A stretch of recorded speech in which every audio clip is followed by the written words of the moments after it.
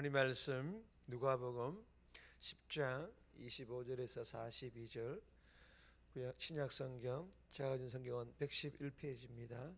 111페이지 누가복음 10장 25절에서 42절까지인데 우리 합독은 25절에서 29절까지 그리고 36절, 37절, 36절, 37절 그렇게 합독하도록 하겠습니다. 10장 25절입니다. 어떤 율법 교사가 일어나 예수를 시험하여 이르되 선생님 내가 무엇을 하여야 영생을 얻으리이까? 예수께서 이르시되 율법에 무엇이라 기록되었으며 내가 어떻게 읽느냐? 대답하여 이르되 내 마음을 다하며 목숨을 다하며 힘을 다하며 뜻을 다하여 주 너의 하나님을 사랑하고 또한 내 이웃을 내 자신같이 사랑하라 하였나이다. 예수께서 이르시되 내 대답이 옳도다. 이를 행하라 그러면 살리라 하시니 그 사람이 자기를 옳게 보이려고 예수께 여짜오되 그러면 내 이웃이 누구니까? 36절입니다. 내 생각에는 이 세 사람 중에 누가 강도 만난 자의 이웃이 되겠느냐?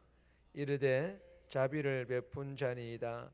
예수께서 이르시되 가서 너도 이와 같이 하라 하시니라.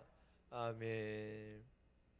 오늘 본문의 제목은 누가 이웃이 되겠느냐? 누가 이웃이 되겠느냐?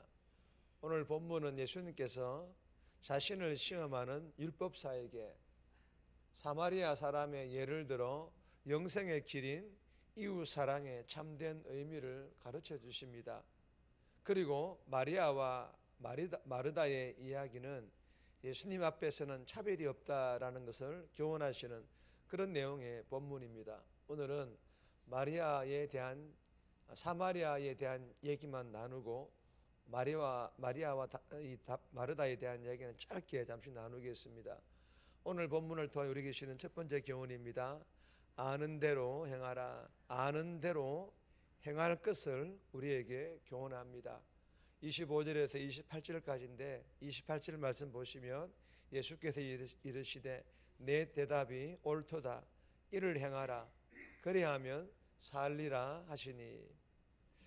여러분, 율법사가 선생님 내가 무엇을 하여야 영생을 얻으리까? 예수님을 향한 이 율법사의 질문은 어떻게 하면 영생을 얻을 수 있을까? 진짜로 궁금해서 아니면 몰라서 질문하는 것이 아니라 자신은 다 알고 있는데 예수를 시험하여 이르되 예수는 제대로 알고 있는지 한번 테스트해보고 싶었던 것입니다. 참 교만하고 참 악한 사람입니다. 그런데 이 율법사가 영생에 대하여 제대로 아는 게 아닙니다.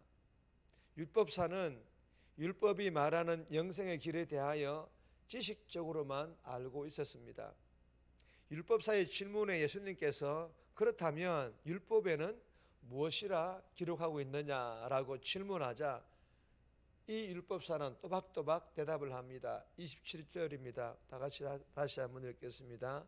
내 마음을 다하고 목숨을 다하고 힘을 다하고 뜻을 다하여 주 너의 하나님을 사랑하고 또한 내 이웃을 내 자신과 같이 사랑하라 하셨나이다. 아멘. 여러분, 예수님께서 율법사가 다 알고 있는 것을 아심에도 왜 질문을 하셨을까요?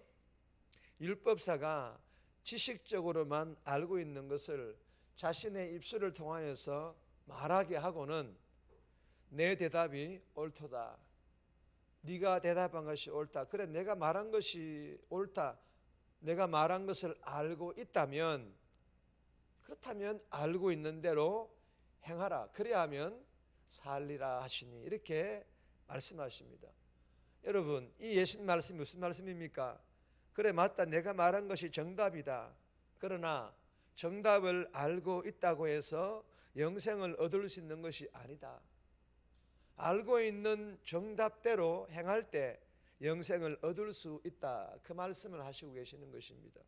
여러분, 율법사는 착각하며 살고 있었던 것입니다. 지식적으로만 알고 있어도, 즉 행하지 않아도 된다라고 착각하며 살았던 것입니다.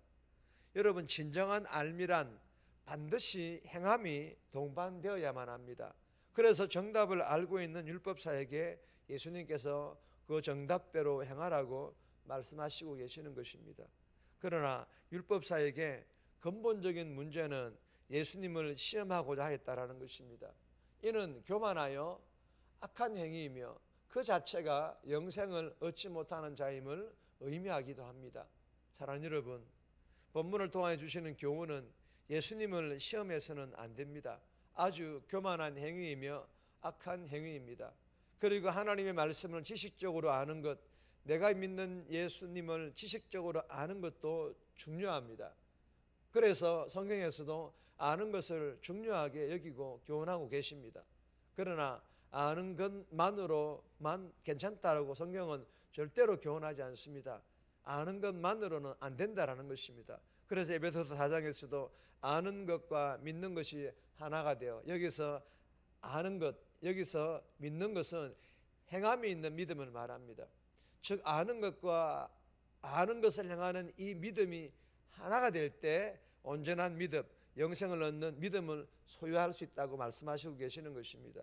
저와 여러분들이 오늘 하루도 이 주신 교훈을 마음판에 잘 새겨서 겸손하여 예수님을 시험하지 않고 이 새벽에 주시는 말씀을 지식적으로만 저장하지 않고 삶의 예배로 흘러보내고 변화된 성품과 언어와 행함으로 온전한 믿음의 삶, 복음의 선한 영향력 흘러보내는 삶, 빛과 소금으로서의 삶, 성도다운 삶을 행하는 그런 복된 삶 살아갈 수 있기를 주님의 이름으로 축복합니다.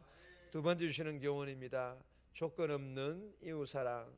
조건 없는 이웃사랑을 우리에게 교훈합니다. 29절에서 37절까지인데 37절 말씀 보시면 이르되 자비를 베푼 자니이다. 예수께서 이르시되 가서 너도 이와 같이 하라 하시니라. 내 이웃이 누구니까? 라는 율법사의 질문에 누가 그의 이웃이 되겠느냐라고 예수님께서 답하십니다. 예수님의 누가는 강도 만난 자의 이웃, 즉 사마리아 사람을 염두에 두시고 하시는 그런 말씀입니다. 여러분, 율법사의 내 이웃, 즉 내가 어느 사람까지를 이웃으로 받아들일지의 문제를 예수님께서는 내가 먼저 이웃이 되는 문제로 전환시키고 계십니다. 여러분, 유대인들에게 이웃사랑은 부정한 이방인과의 접촉을 피하여 유대민족만을 이웃으로 받아들여 교제하는 것입니다. 본문의 비유로 나오는 제사장과 레위인은 벌거벗고 있어 신분의 식별이 불가능한 사람을 함부로 이웃으로 받아들이지를 않습니다. 그리고 시체와의 접촉으로 부정이 전염되지 않도록 죽을지도 모르는 사람을 이웃의 범위에서 배제시키는 것이 유대인의 이웃사랑이라는 것입니다.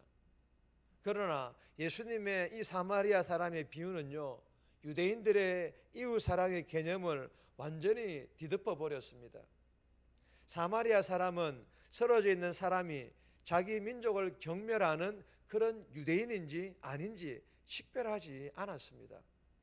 사마리아 사람에게는 그저 강도 만난 자일 뿐입니다.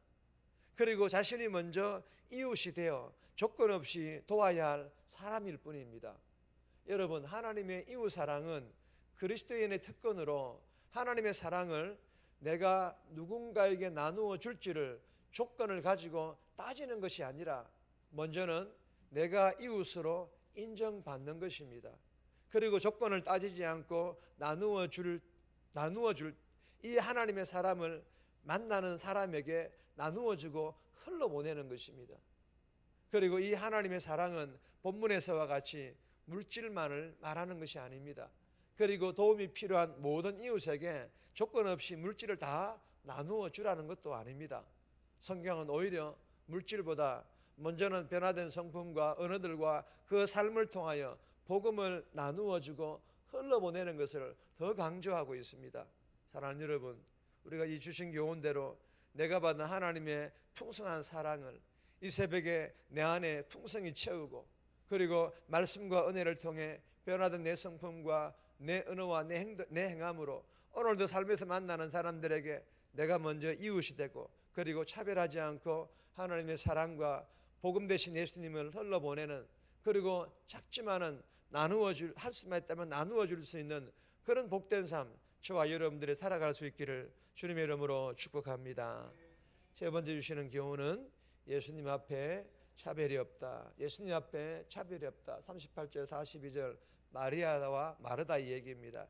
예수님 가까이서 교제하며 말씀을 듣는 특권을 어느 누구에게도 제한하지 않으십니다. 랍비를 집에 초청하면 남성들은 함께 비스듬히 누워 식사를 하며 가르침을 받았고 여성들은 음식을 준비했습니다. 하지만 예수님은 여성들도 남성들과 똑같이 자기 발치에 앉아 말씀을 나누는 파격적인 시대를 여셨습니다. 마리아는 시대에 주어진 가장 좋은 특권을 선택하고 있는 것입니다.